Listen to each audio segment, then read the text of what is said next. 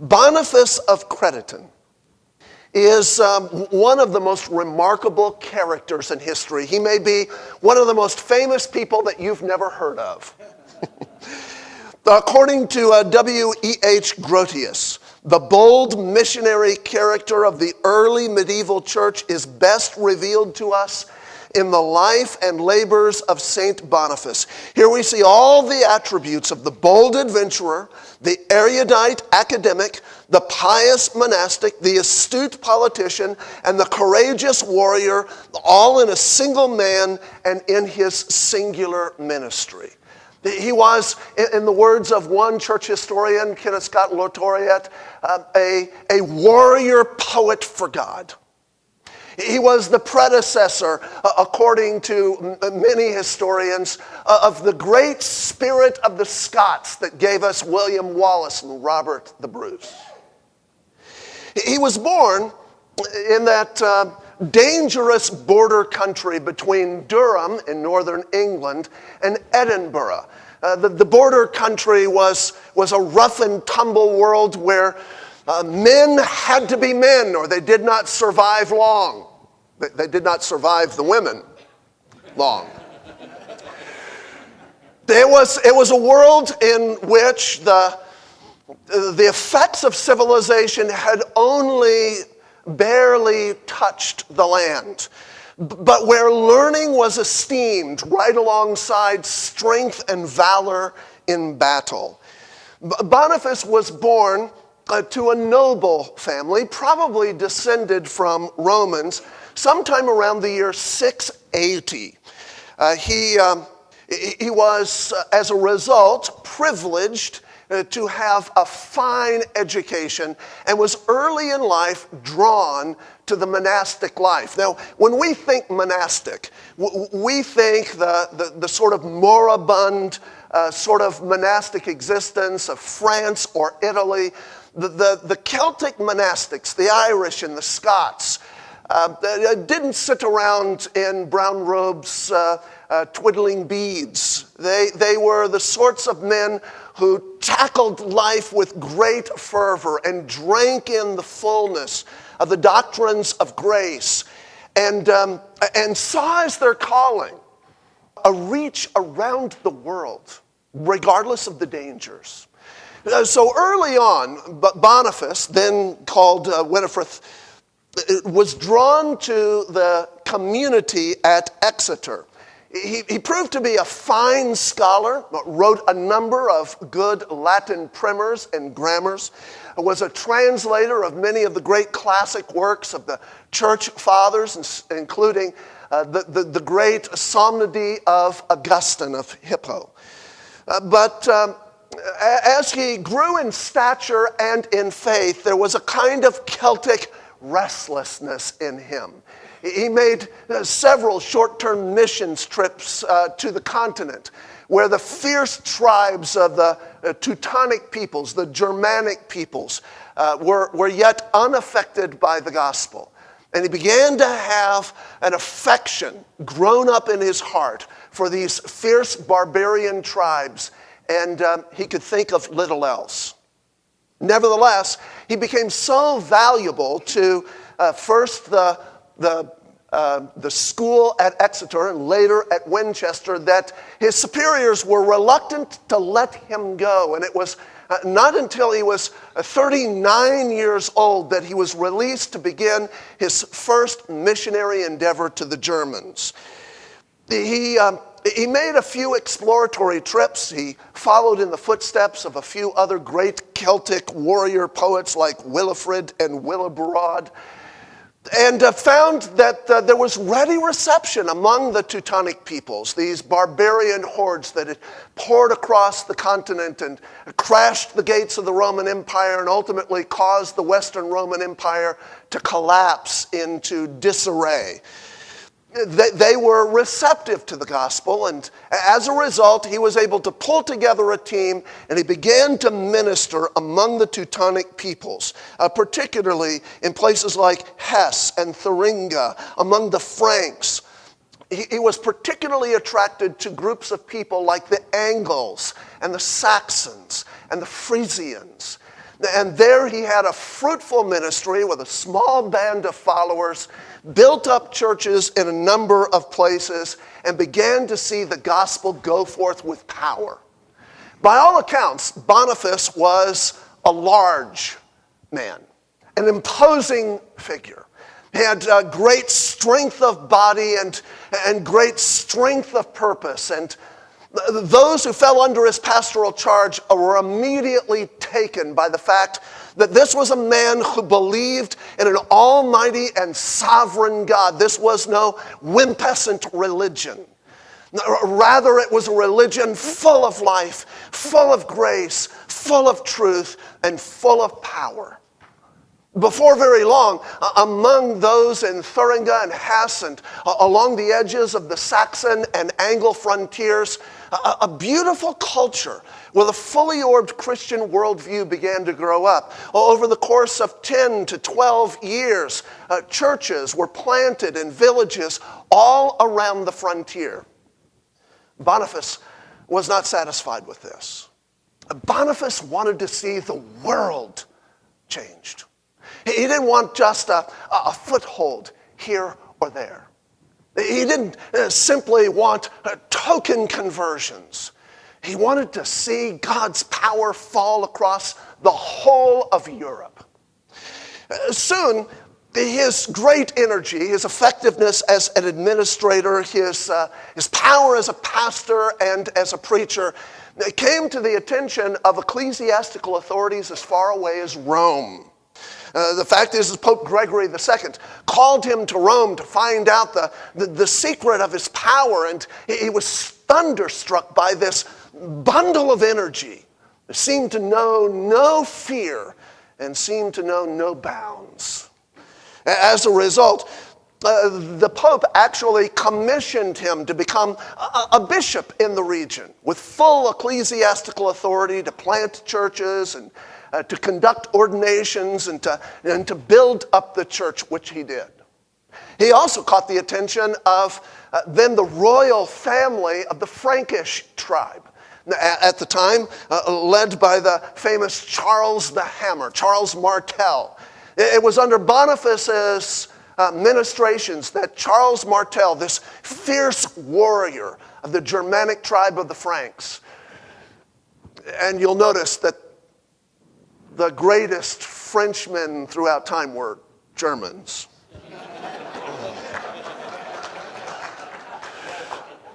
But Charles Martel fell under the spell of the gospel, received the grace and the mercy of Christ with thanksgiving and a full heart, and he was converted. And it was shortly after that he went out to battle, at the Battle of Poitiers in 732, and it was there that for the first time Islamic armies were stopped short. They were pushed back out of France, over the Pyrenees, and into their stronghold of the Iberian Peninsula. Many historians believe that if it had not been for Boniface ministering to the Franks, that Charles Martel would have never had the strength, the resolve, the vision to drive back the Muslim horde and to keep Europe from being swamped by the Muslim invasion that had already swallowed up the Christian worlds of the Middle East and all of the North African littoral. Boniface, however, was not content merely with making an impact on ecclesiastical authorities and making an impact on royals or even affecting the outcome of strategic battles like the Battle of Poitiers. There were two constants in Boniface's life. One was that he was always going to dangerous places because he understood that it was where the danger was that the real action was. It's where the danger is in life that the battles are raging, the opportunities are greatest, and of course the risk is greatest. Boniface was never one to shy away from danger or risk. Secondly, he was a man who could not simply teach doctrines and ideas. Like the stalwarts of the Celtic church, he was infused with the doctrines of grace. Long before the affectations of the medieval world had twisted the Christian faith into a kind of institutional construct, he was a man whose life and heart were alive with the fire of biblical grace. As a result, he believed that the gospel should change people's lives, should change the way they live, change their families, ultimately change their communities and their cultures. It should bring justice. It should bring mercy. It should bring cultural transformation so that art, music, and literature and ideas might flower and flourish. Naturally, that brought him into great conflict with the old pagan institutions. One of the most famous stories about Boniface is the story of long after he'd gained his fame, he was camping out in a missionary compound in the dead of winter, and he just celebrated the beginning of Advent, the coming of the Lord Jesus into the world, God incarnate. And a young boy came running into the camp late at night, tramping through the snow, ran up to the great Boniface and said, "Quickly, quickly, come. The Druids are ready to sacrifice, and they're ready to sacrifice my sister." His sister was a 16-year-old Vestal Virgin. And she had been strapped to a great stone table on the height of Mount Gutenberg. And there she was to be sacrificed in the sacred grove to the god Thor. Immediately, Boniface gathered a couple of men and trudged through the snow into the thick of the Black Forest and across 3.5 miles to Mount Gutenberg, and then up Mount Gutenberg from the village there at Geismar and to the top of the mountain where the sacred grove of Thor was. As the little band arrived, the horrid scene had already begun to unfold. The Druid and all of the followers of this ancient pagan religion was chanting an incantation to the great grove of sacred trees, even as Boniface came into the circle. The Druid then drew a stone knife and was ready to pierce it into the heart of the young girl strapped to the stone table, when Boniface lunged forward, burst into the circle. He had a small wooden cross in his hand, and he threw the wooden cross across the body of the girl, even as the knife came plunging down, and amazingly, in the kind of providence that only God can arrange, the knife plunged into the heart of the cross. Everybody standing around the circle was astonished. They stepped back. What was this? What was this horrible blasphemy against Thor? Would Thor send down lightning bolts and strike down this awful infidel? Instead, Boniface stood tall and strong, knocked over the Druid, who was cowering with fear at this point, and Boniface began to preach the gospel.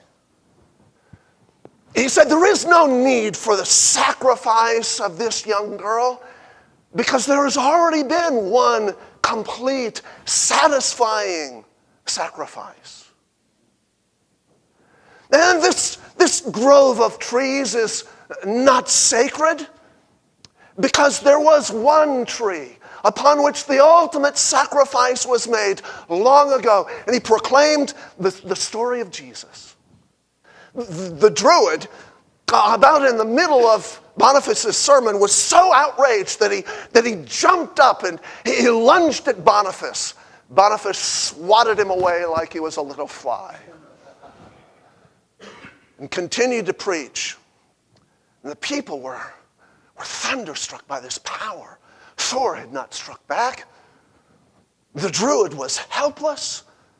Perhaps these things he said were true. Boniface issued a call for people to yield themselves to the one true God. And one by one, few courageous Teutonic warriors and their families knelt in the snow and yielded their lives to Christ. At that point, Boniface did the unthinkable. Even to these new converts, he took the stone knife and used it like an axe to begin hacking away at the sacred grove.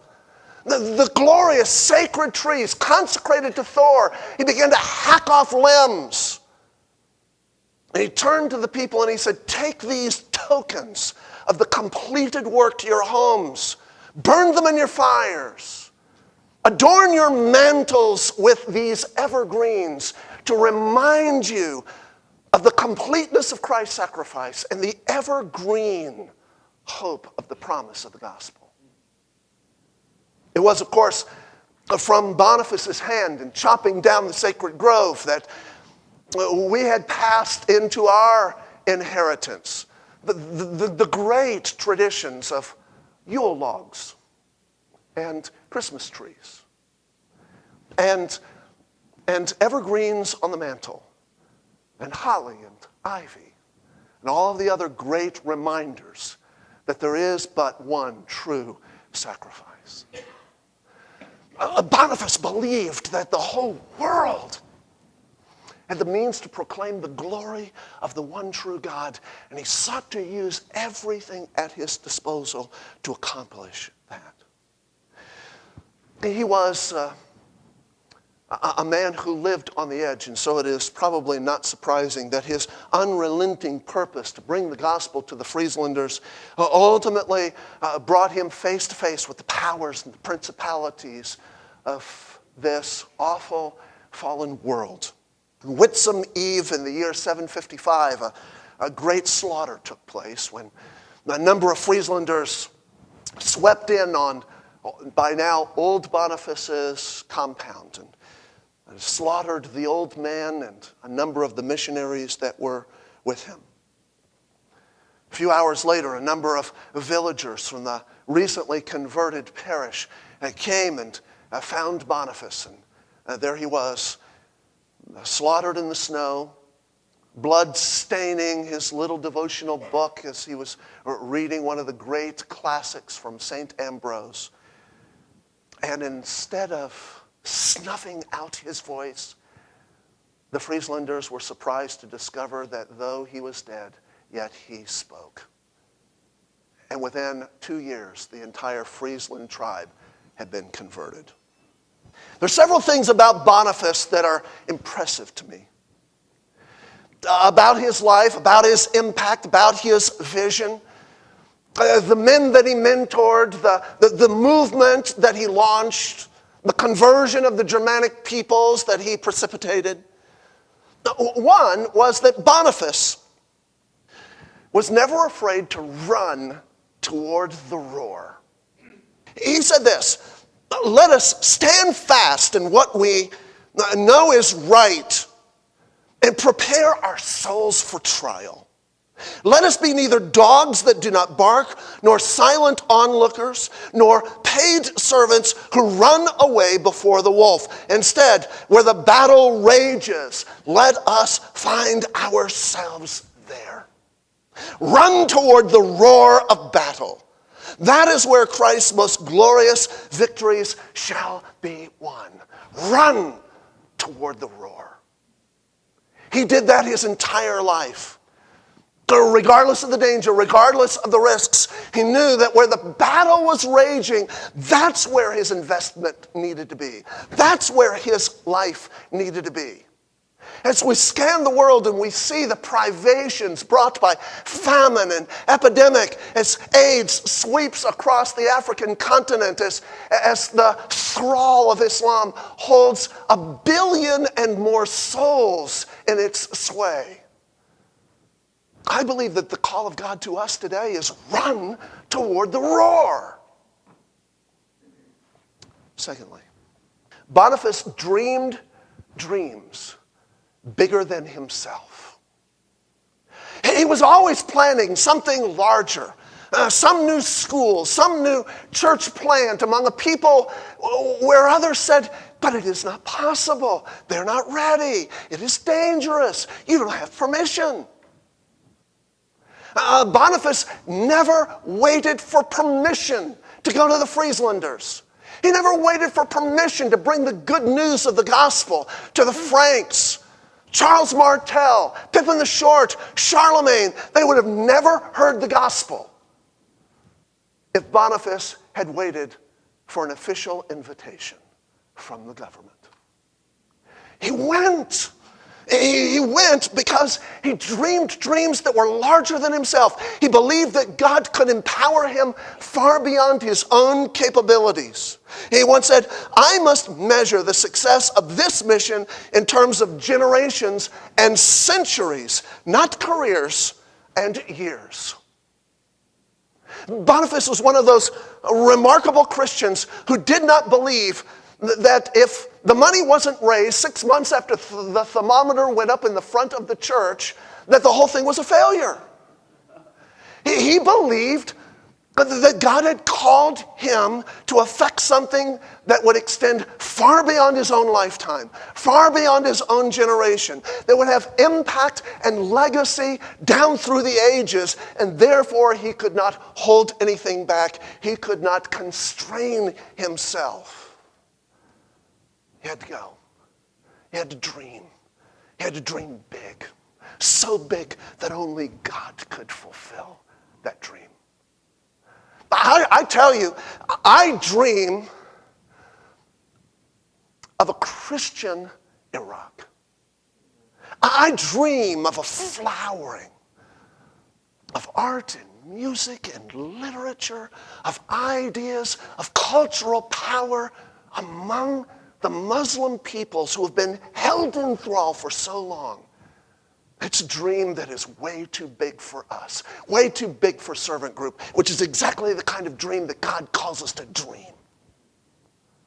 Third, Boniface lived his life in terms of principle, not in terms of expediency. He was constantly told, Boniface, what you're doing is dangerous. Boniface, what you're doing is unprecedented. Boniface, you can't go there. You'll risk everything. And his response was always, precisely. That's the point. He once said this, I know I shall die, and I shall die on time.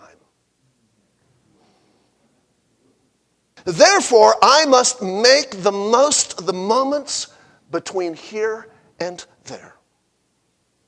And the way I can make the most of these moments is to live them in terms of that I know to be absolutely true and unchanging. I will not be swayed from this conviction, though my moments be short, though my moments be long.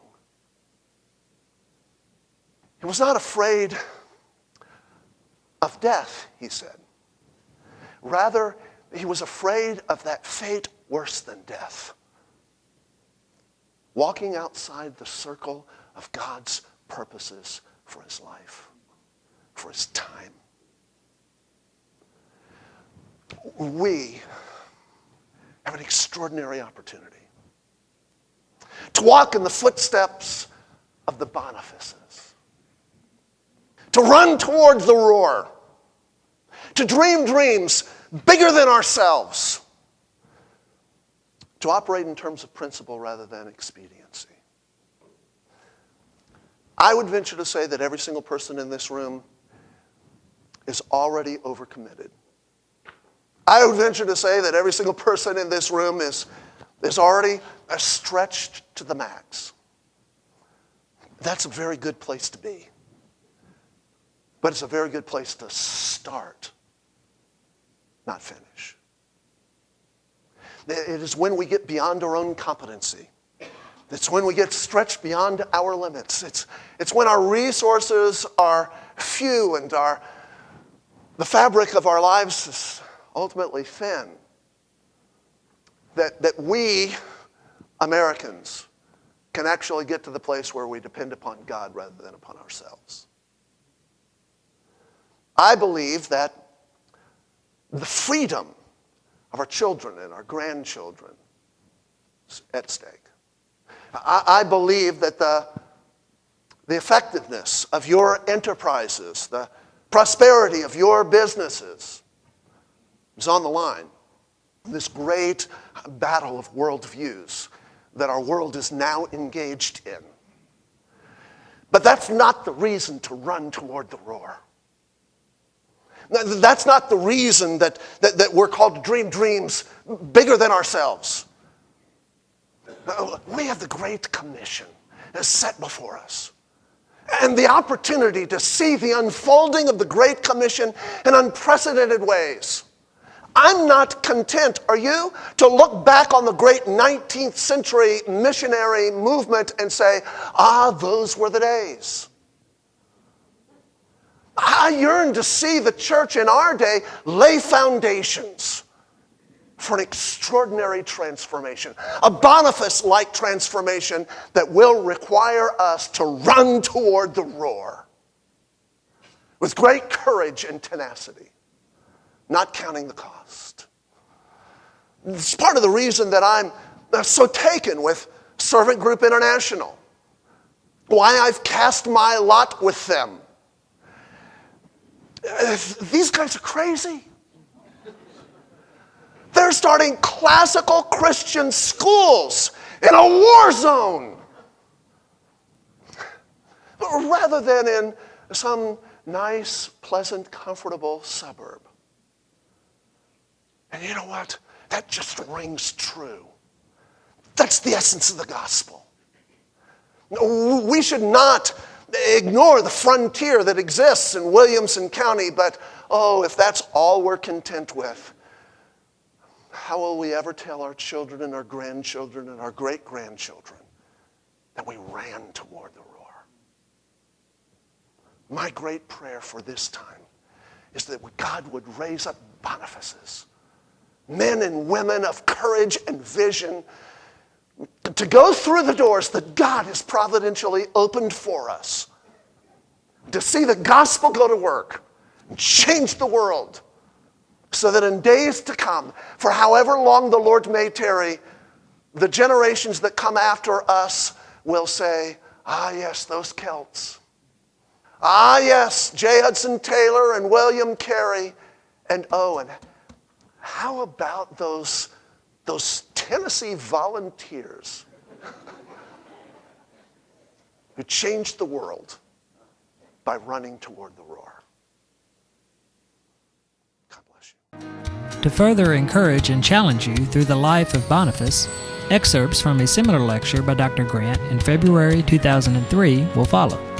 Audio tapes from this church history conference were provided courtesy of Canon Press.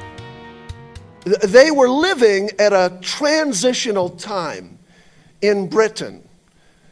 The time just immediately prior to this had been dominated by the old Celtic church. The Celtic church was a dynamic and fierce faith that was, in fact, quite separate in tradition and in teaching from the Western church seated in Rome. It had grown up first from a few missionaries sent out by the old Romans during the Roman occupation of Britain in the 2nd and 3rd centuries.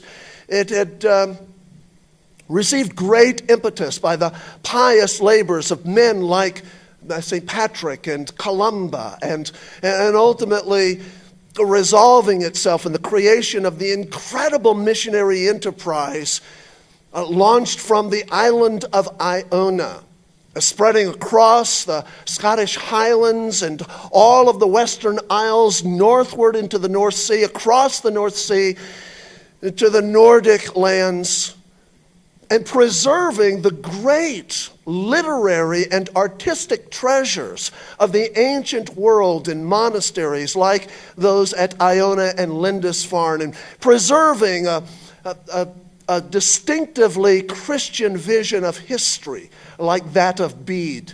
It was a remarkable church, a hardy church. According to F.F. Bruce in his history of the English church, these were the great warrior poets of old. Their hearts were sterling. Their limbs were the limbs of mighty men of war. And their impact was the transformation of bitter, feuding, cultic tribesmen into the most glorious expression of parish life in all of the history of the church. It was really a remarkable church, but because of the continued dominance of the Roman church, the Celtic church and the Roman church came into conflict in the century prior to Boniface's life, and eventually resolving questions over baptism and celibacy and the date for Easter and a number of doctrinal concerns. The Celtic church was brought into communion with the Roman church, and while Boniface was raised in a largely Celtic environment, he would later recall that his parish pastor in Scotland as a child, when he would grow up, would lay his sword aside just before standing before the congregation to instruct them, and that he would strap it on immediately afterward, lest anyone took umbrage at the sermon. He would recall that the church would gather for parish life once a month, and they would have a common meal out the side where their meeting hall was, and that the common recreation for the boys was to take large boulders and hurl them at one another. Not the sort of thing that we normally see at our church picnics these days. It was a hardy sort of faith, a faith that would ultimately give rise to the likes of John Knox. He was building on those old Celtic foundations when he brought the Reformation to Scotland. This is the stock of Boniface. Though his family heritage was probably from the old Germanic tribes, his family had likely been in Scotland for at least 3 generations. Alas, the Celtic Church went through a time of decline, where the Roman Church ultimately came to dominate affairs throughout the British Isles.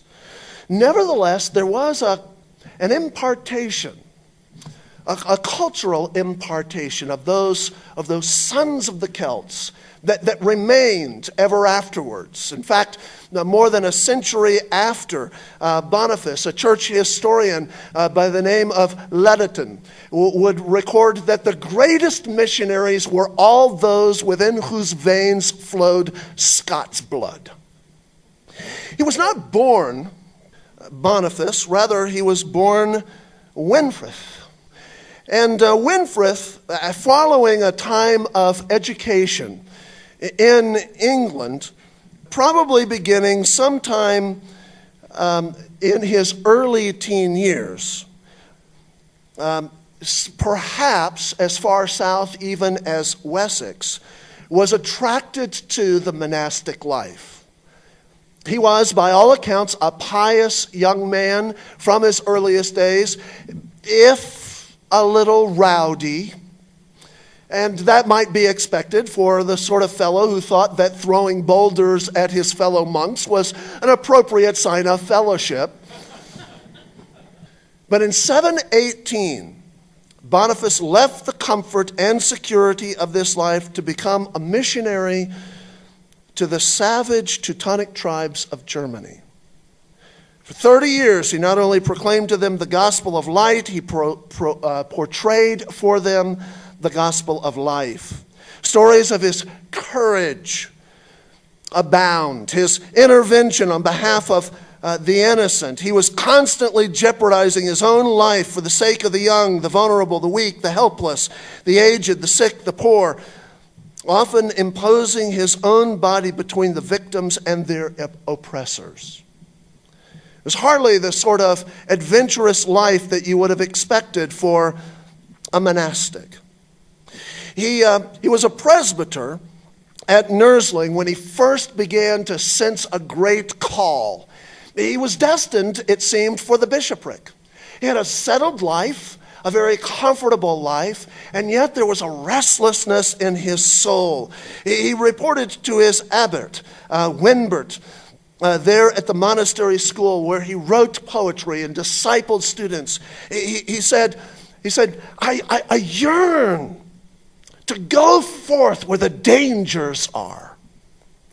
Not because I particularly enjoy those dangers, but because I know that it is there that the battle rages for the souls of men and nations. God set me before the front lines. Let me not end my days in comfort and complacency. That missionary zeal caused him to become quite the scholar about missionary enterprises already going on throughout the Germanic lands. As Doug has portrayed for us, the Germanic lands were at this time in Northern Europe a swirl of turmoil, controversy, and movements. Tribes would push in from the east, pushing older tribes out of the way and across the boundaries of the Roman Empire, creating administrative havoc as well as cultural dissipation. It was a difficult time, and while missionaries had gone forth to the Germans off and on from the earliest days of the Christian church, it had not been widely evangelized, and it was a very, very difficult mission field. Indeed, one of the veteran missionaries was actually from Exeter, where Winfrith was serving, was Wilfrid, who had gone to the realm of the Saxons and the Frisians around the year 700. He reported back that the fields for evangelism were as of iron, and plowing of them will break a man. Before Winfrith, this was like a dare. He thought to himself, now that sounds like a challenge. And he begged permission to go forth and to plow iron. Pope Gregory II, hearing of Winfrith's great zeal to bring the gospel to the most unlikely place in all of Europe to bring the gospel, beckoned him to come to Rome to be examined. And so in 718, he went to Rome to determine the conformity of his faith to the Orthodox principles. And it was during that time that Pope Gregory II realized what a gem this over 40, overzealous missionary actually was. He named him Boniface. We have no idea why. But commissioned him to go forth on a tour of inspection, first to the churches of Bavaria and Alemannia, and then back to his work among the Saxons. He proved to be an amazing administrator right from the start. He planted churches. He gathered together Christians who had already made professions of faith, gathered together covenant communities that had been scattered in various persecutions. There was a terrible persecution that had broken out under King Radbod, who was one of the fierce kings of the Saxons, and this had caused many to fall away. And Boniface's first task was to go forth and encourage the people who were already there and provide for them at least four distinctive aspects of his teaching ministry. First, education and literacy. He always began by establishing a mechanism to disciple the young in biblical principles, believing that the success of the mission was always in the long term. Raise up the next generation of leaders, and the fields of iron will be more easily plowed. He provided them with great literature to stir the imagination, poetry and ballads to stir their blood and to cause them to recall the glories of life as it is lived under the King of Kings and the Lord of Lords. This meant that he often would establish libraries. He would gather copyists, and they would make copies of some of the best poems and the best works, and though they were rudimentary libraries, nevertheless, throughout the region of the Saxons, he established these little libraries. He undertook personal discipling. He would find 2 or 3 or 4 or 5, no more than 6 promising young disciples in each parish, and he would pour his life into them for a short amount of time before he would move on to the next place. And he would charge them with an adventurous spirit. He would teach them to be men. He would teach them to be bold. He would teach them to be fearless in the face of persecution or difficulty. He began to encourage, to discipline, to teach, to disciple, to equip. He created missionary cells akin to those that you knew of from Iona and Lindisfarne. And within just a few short years, some accounts say within 10 years, some accounts say within 12 or 14 years, there was a flourishing church throughout the region, and his name began to spread far and wide to Hesse, as far afield as among the Franks. It was then that the Frankish warlord Charles the Hammer, Charles Martel, heard of Boniface's prowess and called him to his temporary court set up at Trier. And there beckoned Boniface to proclaim to him this word. Now, we know that Martel had been exposed to the gospel prior, but apparently only to the teachings of Arianism. And so when Boniface proclaimed the gospel in this incredibly fresh, vigorous, manly fashion, Charles Martel was immediately taken, stricken by the word. And many accounts tell us that he was dramatically converted at that point. It was shortly after that the great Battle of Poitiers was fought. Charles Martel took his stand and drove the Islamic threat back over the Pyrenees at a time when it appeared that nothing could stop the onward march of radical Islam from swallowing up the nascent beginnings of Western civilization.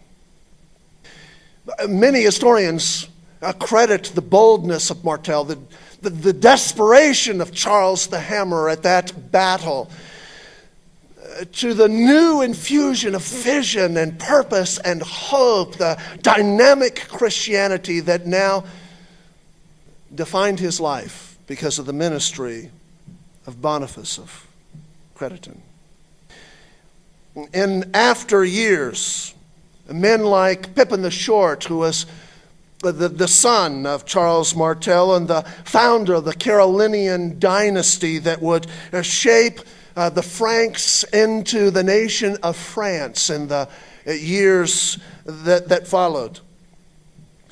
Pippin the Short was also a disciple of Boniface, and in 741 called a synod to declare that all the Frankish peoples should hear and heed this bold and vigorous gospel and yield themselves to the teachings of the Scriptures and to the Lord Jesus Christ.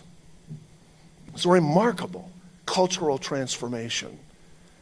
And at the hinge of this pivot in civilization was this bold man who left behind the quiet and the ease of a studious life back home for the difficulties on the frontier, the uncertainties of the mission field.